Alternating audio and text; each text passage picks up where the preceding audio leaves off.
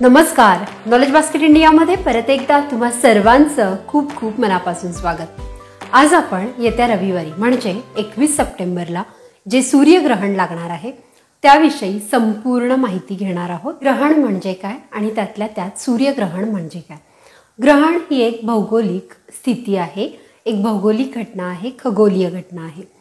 सूर्यग्रहण म्हणजे काय, ज्या वेळेला चंद्र हा सूर्य आणि पृथ्वीच्या मध्ये येतो आणि त्यामुळे सूर्य अंशतः किंवा पूर्णतः झाकला जातो अशा खगोलीय घटनेला, अशा इव्हेंटला सूर्यग्रहण असं म्हणतात. आता ज्या वेळेला सूर्य हा आंशिकदृष्ट्या झाकला जातो अशा ग्रहणाला आंशिक किंवा खंडग्रास सूर्यग्रहण असं म्हणतात. आणि येत्या रविवारी म्हणजे 21 सप्टेंबरला जे ग्रहण लागणार आहे, जे सूर्यग्रहण लागणार आहे ते आंशिक स्वरूपाचे आहे. सूर्य अंशतः म्हणजे साधारण 72% झाकला जाणार आहे, म्हणून खंडग्रास सूर्यग्रहण आहे. तर याच दिवशी आपल्याकडे सर्वपित्री दर्श अमावस्या देखील आहे आणि भादवी पोळा देखील आहे. त्यामुळे बऱ्याच जणांचे प्रश्न आहेत, बऱ्याच जणांच्या मनामध्ये शंका कुशंका आहेत की पित्र घालायचे की नाही, पोळा साजरा करायचा की नाही, गर्भवतींनी हे ग्रहण पाळायचं आहे की नाही, कारण हे सूर्यग्रहण आहे आणि सूर्यग्रहणाचं जे धार्मिक महत्त्व असतं ते खूप जास्त असतं चंद्रग्रहणापेक्षा, म्हणून हे पाळायचं आहे की नाही, अशा बऱ्याच प्रश्नांची उत्तरं तुम्हाला व्हिडिओच्या शेवटपर्यंत मिळणार आहे. त्यामुळे व्हिडिओ शेवटपर्यंत बघत राहा. या व्हिडिओमार्फत चॅनलवर नवीन आला असाल तर चॅनलला पटकन सबस्क्राईब करा आणि सोबतचं बेल आयकॉन दाबायला देखील विसरू नका. चला तर मग सुरू करूया आजचा व्हिडिओ. यावर्षीचा सप्टेंबर महिना हा खरंच खूप खास आहे. पितृपक्षापासून पुढे शारदीय नवरात्र संपेपर्यंत हा महिना आहे. याच महिन्यामध्ये 2 ग्रहणं देखील आलेली आहे. चंद्रग्रहण जे 7 सप्टेंबरला होऊन गेलं आणि आत्ता लगेचच येणारं सूर्यग्रहण. अगदी याच ग्रहणाच्या दुसऱ्या दिवशी घटस्थापना म्हणजेच शारदीय नवरात्र उत्सव सुरू होणार आहे. यावर्षीचं हे शेवटचं ग्रहण आहे, त्यामुळे हे लक्षात ठेवा, या ग्रहणानंतर कुठलंही ग्रहण यावर्षी 2025 मध्ये नाही आहे. म्हणून कुठलाही व्हिडिओ जर तुम्ही बघत असाल तर पुढच्या महिन्यात किंवा त्याच्या पुढच्या महिन्यात अगदी डिसेंबरपर्यंत कुठलंही ग्रहण नाही आहे. त्यामुळे ही चिंता सोडून द्या की आता पुढचं ग्रहण कुठलं आहे. आता ज्या माहितीची तुम्ही उत्सुकतेने वाट बघत आहात ती माहिती बघूया. या ग्रहणाच्या भारतातल्या वेळा काय आहेत हे बघूया.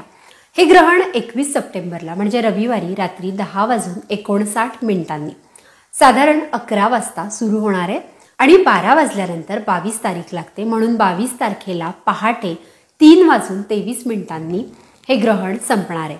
म्हणजे याचा एकूण कालावधी जो आहे हा 4 तासांपेक्षा जास्त आहे. आता अतिशय महत्त्वाच्या प्रश्नाचं उत्तर मी तुम्हाला देणार आहे.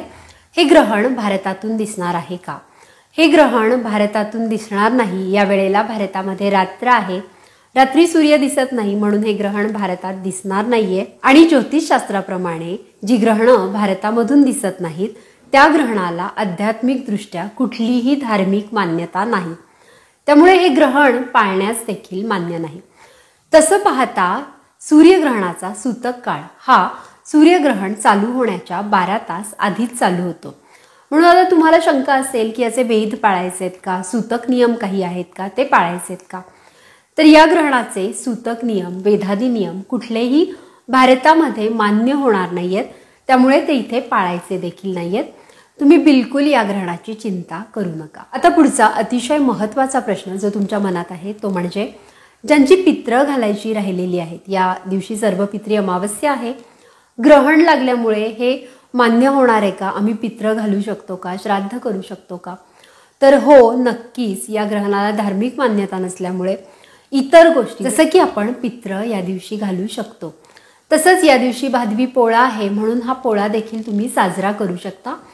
हा पोळा साजरा करण्यास देखील मनाई नाही. आता आपण बघूया, हे ग्रहण जर भारतात दिसणार नाहीये तर जगातल्या कुठल्या कुठल्या भागांमध्ये, कुठल्या कुठल्या प्रदेशांमध्ये, देशांमध्ये हे ग्रहण दिसणार आहे.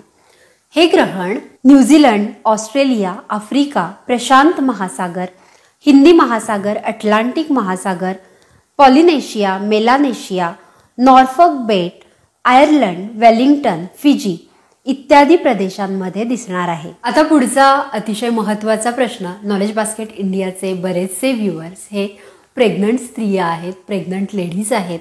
त्यांचा प्रश्न आणि त्यांच्या शंका कुशंकाचं निरसन आत्ता आपण करूया. गर्भवतींनी हे ग्रहण पाळायचं आहे का? आता खरं सांगू का मैत्रिणींनो, गर्भवतींनी हे ग्रहण पाळण्याची गरज नाही, कारण ज्योतिषशास्त्राप्रमाणे देखील या ग्रहणाला काहीही मान्यता नाही. परंतु आपल्या युनिव्हर्समध्ये, ब्रह्मांडामध्ये सूर्य, चंद्र, पृथ्वी एका विशिष्ट स्थितीमध्ये आहेत. अशा स्थितीमध्ये आध्यात्मिकदृष्ट्या असं म्हटलं जातं, जर आपण गुरुमंत्राचं जप केलं तर या जपाचं जे महात्म्य आहे किंवा या जपाचं जे महत्त्व आहे हे किंवा याचा प्रभाव जो आहे हा खूप पटींनी वाढतो, याचा खूप लाभ आपल्याला होतो. त्याचप्रमाणे यावेळी जर तुम्ही पाठपठण, गायत्री मंत्र, हनुमान चालीसा, अथर्व शीर्ष किंवा आपल्या इष्टदेवतेचा मंत्र जप केला तर तो आपल्याला खूप पटींनी फलदायी आहे, असं आध्यात्मिकदृष्ट्या म्हटलं जातं. त्याचप्रमाणे मला माहिती आहे की ही गोष्ट सायंटिफिक आहे, खगोलीय आहे, त्यामुळे तुमच्यावर किंवा तुमच्या गर्भावर याचा कुठलाही वाईट परिणाम होत नाही, बाळाचे ओठ फाटत नाही किंवा काहीही होत नाही.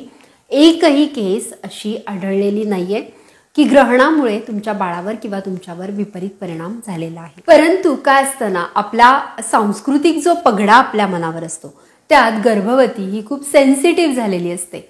त्यामुळे काही धार्मिक गोष्टी जर आपण मानत असू तर आपण करायला काय हरकत आहे. परंतु अशा गोष्टी ज्याला कुठलं सायंटिफिक बॅकअप नाही आहे, जसं की एका जागी बसायचं, आखडून बसायचं, कुठेही जायचं नाही, लघवीला जायचं नाही, कुठल्या क्रिया नैसर्गिक करायच्या नाही, चाकू सुरी घ्यायची नाही, पाणी प्यायचं नाही, काही खायचं नाही, या गोष्टी मैत्रिणींनो कृपा करून टाळा, कारण यामुळे डिहायड्रेशन होऊ शकतं, तुमच्या गर्भावर याचे विपरीत परिणाम होऊ शकतात, तुमच्या मूत्राशयावर दाब येऊ शकतो.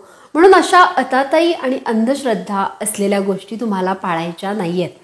परंतु आपला मानसिक जो ताण असतो किंवा हा जो पगडा असतो, या गोष्टी आपण ऐकत असतो, याचा प्रभाव कमी करण्यासाठी आणि घरातल्या मोठ्यांचं ऐकलंय याचं समाधान मिळण्यासाठी काही धार्मिक गोष्टी करायला काय हरकत आहे, हे माझं वैयक्तिक मत आहे. परंतु तरीही धार्मिक गोष्टी किंवा हे ग्रहण पाळायचं आहे की नाही ही प्रत्येकाची वैयक्तिक बाब आहे. फक्त हे लक्षात घ्या की या ग्रहणाचा तुमच्यावर काहीही विपरीत परिणाम होणार नाही. तसंही हे सूर्यग्रहण रात्री आहे, हे ग्रहण भारतातून दिसणारच नाहीये, त्यामुळे या ग्रहणाचा काहीही प्रभाव तुमच्यावर पडणार नाही. आता हे ग्रहण मध्यरात्री आहे, मी झोपले तर चालेल का, मला झोप लागली तर काही होईल का? तर मैत्रिणींनो, बिंदास झोपा. इव्हन बाकीच्या सगळ्यांनी पण, लहान मुलं, वृद्ध सगळ्यांनी झोपलं तर चालणार आहे, याचा काहीही विपरीत परिणाम होणार नाही. तरी देखील या ग्रहणाविषयी तुमच्या मनात काही प्रश्न असतील आणि हो, बऱ्याच जणी मला लिहितात, माझा 2रा महिना चाललाय, माझा 9वा महिना चाललाय, तर मी पाळू की नको पाळू. तर हे बघ, तुला हे ग्रहण पाळण्याची काहीही गरज नाही, कारण हे ग्रहण भारतातून मान्य नाहीये. तरीही तुला काही गोष्टी करायच्या असतील तर धार्मिक पठण पाठण, जाप, जप या गोष्टी तू नक्कीच करू शकते. आणि काय आहे ना, मानसिक शांती ही देखील तितकीच महत्त्वाची आहे ना. म्हणून उगाचच मी काही बाई नाही पाळत, मला काय नाही चालत, मी नाही मानत आणि मनात आतून कुठून तरी दबाव ठेवायचा आहे, या गोष्टी करू नकोस. काही शंका कुशंका प्रश्न मनात असतील ग्रहणाविषयी तर नक्की लिहा. बाकीच्यांचे कमेंट्स देखील वाचा आणि तुम्हाला त्या प्रश्नांची उत्तरं माहिती असेल ना, त्यांना देखील नक्की रिप्लाय करा. कधी कधी माझ्याकडून राहून गेलं तर तुमचं ज्ञान जे आहे ते इतरांनाही कळेल आणि बाकीच्यांनाही त्याचा फायदा होईल. आशा करते हा व्हिडिओ तुम्हाला आवडला असेल. व्हिडिओ आवडला असेल तर जास्तीत जास्त मित्रमैत्रिणींबरोबर, गर्भवतींबरोबर, नातेवाईकांबरोबर हा व्हिडिओ शेअर करा आणि अशा छान छान ऑथेंटिक, शास्त्रीय, माहितीपूर्ण व्हिडिओसाठी नॉलेज बास्केट इंडियाला सबस्क्राईब करा. थँक्यू.